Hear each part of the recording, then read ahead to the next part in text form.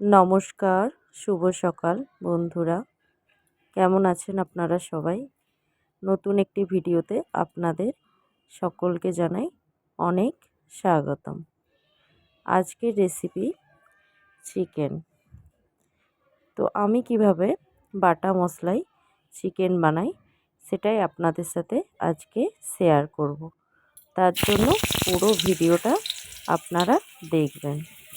সবার প্রথমে কড়াই তেল দিয়ে গরম করে নিয়ে ফার্স্টে আমি আলুগুলো ভেজে নেব। আলুগুলো এরকম সাইজ করে কেটে নেবেন। তারপরে আলুর মধ্যে নুন, একটু হলুদ দিয়ে আমি আলুগুলো ভেজে নেব। আপনারা বাড়িতে কিভাবে চিকেন বানান সেটাও আমাকে কমেন্টে জানাবেন। আর ভিডিওটি যদি ভালো লাগে লাইক করবেন, কমেন্ট করে জানাবেন কোনো ভুল ত্রুটি হয়ে থাকলে।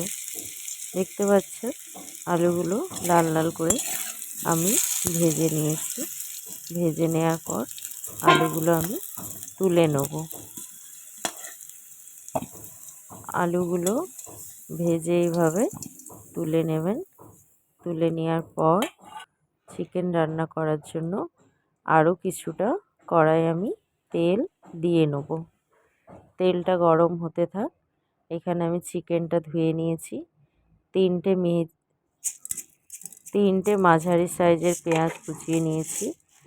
আর যেই মশলাটা আমি নিয়েছি আদা, রসুন, দুটো পেঁয়াজ কুচি, একটা বড় টমেটো আর একটা ছোট মাঝারি সাইজের, আর গোটা জিরে, গোটা ধনে, তারপরে গোটা শুকনো লঙ্কা 4টে, তারপরে লবঙ্গ, এলাচ, দারচিনি সমস্তটাই কিন্তু গোটা গোটা নিতে হবে। আপনারা চাইলে গুঁড়োও ব্যবহার করতে পারেন।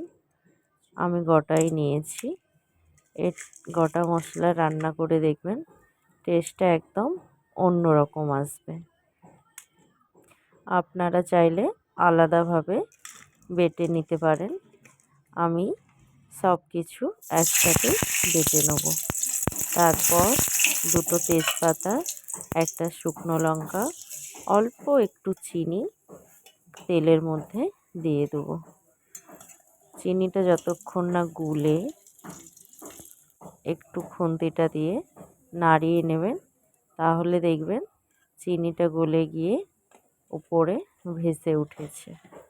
দেখতেই পাচ্ছেন চিনিটা যখন ভেসে উঠেছে উপরে, তখন কিন্তু এর মধ্যে আপনারা যে পেঁয়াজটা কুচিয়ে রেখেছিলাম ওইটা দিয়ে দিলাম। পেঁয়াজটা দিয়ে দেওয়ার পর মাংসটা রান্না করতে যতটা নুন লাগবে পুরো নুনটাই কিন্তু আমি এখানে দিয়ে দেবো।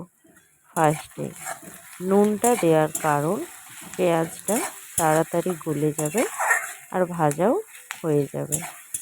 পেঁয়াজটা দিয়ে ভালো করে ভেজে নিতে হবে।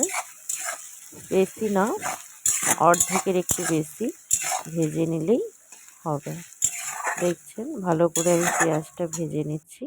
পেঁয়াজটা যখন বাদামি বাদামি হয়ে আসবে তখন আমি মাংসটা দিয়ে নিলাম। মাংসটা আগের থেকে ধুয়ে রেখেছিলাম।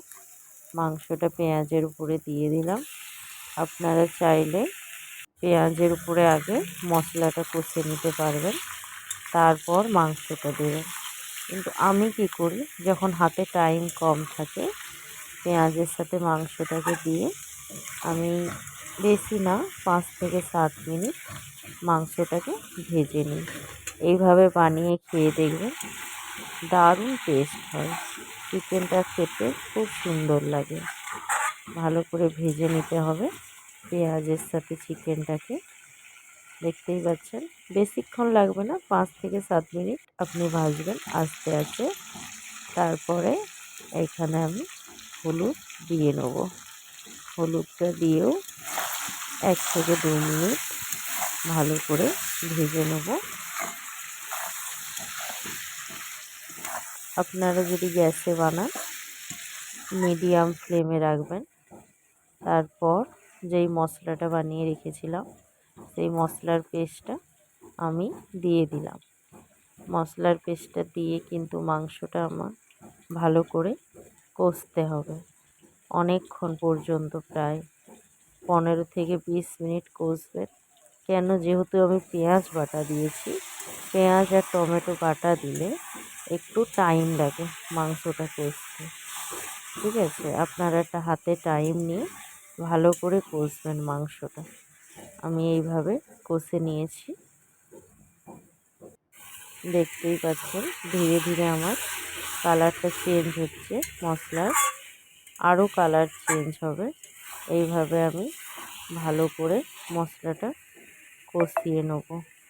মশলাটা কষানো হচ্ছে, দেখতেই পাচ্ছেন মশলাটা কষানো প্রায় অর্ধেকটা হয়েছে।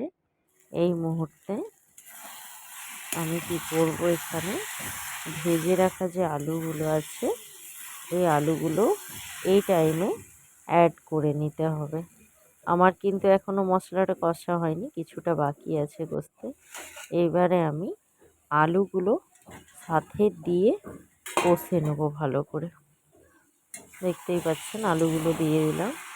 আলুগুলো দিয়ে নিয়েও কিন্তু ভালো করে মিনিট 5 কষে নিতে হবে। আপনারা চাইলে যদি নিচে লেগে যায় মশলাটা, একটু জলও দিয়ে নিতে পারেন। আমিও এখানে একটু জল ব্যবহার করব, বেশি না, একদম অল্প, জাস্ট কষানোর জন্য, নিচে যাতে মশলাটা লেগে না যায়, পুড়ে না যায়, ঠিক সেই কারণে। এইভাবে কষবেন, অনবরত চালাতে থাকবেন, নয়তো নিচে বসে যেতে পারে। একটু সামান্য পরিমাণে আমি জল দিয়ে নিলাম। জলটা দিয়েও জলটা শুকিয়ে যাবে, ততক্ষণ পর্যন্ত ভালো করে মশলাটা কষতে হবে। মশলার কাঁচা গন্ধও চলে যাবে আর দারুণ একটা কালার আসবে। এখনই তো দেখছেন পুরো তেল ছেড়ে দিয়েছে মাংসর থেকে, জল শুকিয়ে গেছে পুরো। ভালো করে কষে নিয়েছি আমি মাংসটা, একদম তেল ছেড়ে দিয়েছে। আপনারা চাইলে এইভাবে কষাও খেতে পারেন, কিন্তু আমি যেহেতু এটা একটু ঝোল বানাবো, গা মাখা কারি টাইপের, তার জন্য আমি একটু জল ব্যবহার করব। যখন পুরো ভালোভাবে কষে যাবে, তেল বেরিয়ে যাবে, তারপর এই টাইমে আমি এখানে জল দেবো। যেহেতু আলুগুলো অর্ধেকটা সেদ্ধ হয়ে আছে, পুরোটা এখনও সেদ্ধ করতে হবে, তার জন্য যতটা আমার জল লাগবে ততটা জল আমি এখানে ব্যবহার করব। আমি জল দিয়ে নিলাম, আর পারলে জলটা হালকা একটু গরম করে দেবেন। যখনই মাংস রান্না করবেন, চিকেন করুন বা মাটন করুন, সবসময় চেষ্টা করবেন ওটাতে একটু গরম জল দেওয়ার জন্য। গরম জল দিলে কি হয়, সঙ্গে সঙ্গে ঝোলটা ফুটতে শুরু করে দেয়। ঠান্ডা জল দিলে কি হবে বলুন তো, জলটা গরম হতে টাইম লাগবে। দেখতে পাচ্ছেন ঝোলটা ভালো করে ফুটে উঠেছে। আলুগুলো আমার এখনও সিদ্ধ হবে, সিদ্ধ হতে বাকি আছে। এইভাবে জল দেওয়ার পরে 10 থেকে 15 মিনিট ফুটিয়ে নিলাম। দেখতে পাচ্ছেন একদম পুরো গা মাখা করেছি। কালারটা দেখে বুঝতে পারছেন এটা বাটা মশলায় রান্না। এখানে কিন্তু আমি কোনো লঙ্কা গুঁড়ো ব্যবহার করিনি। কেমন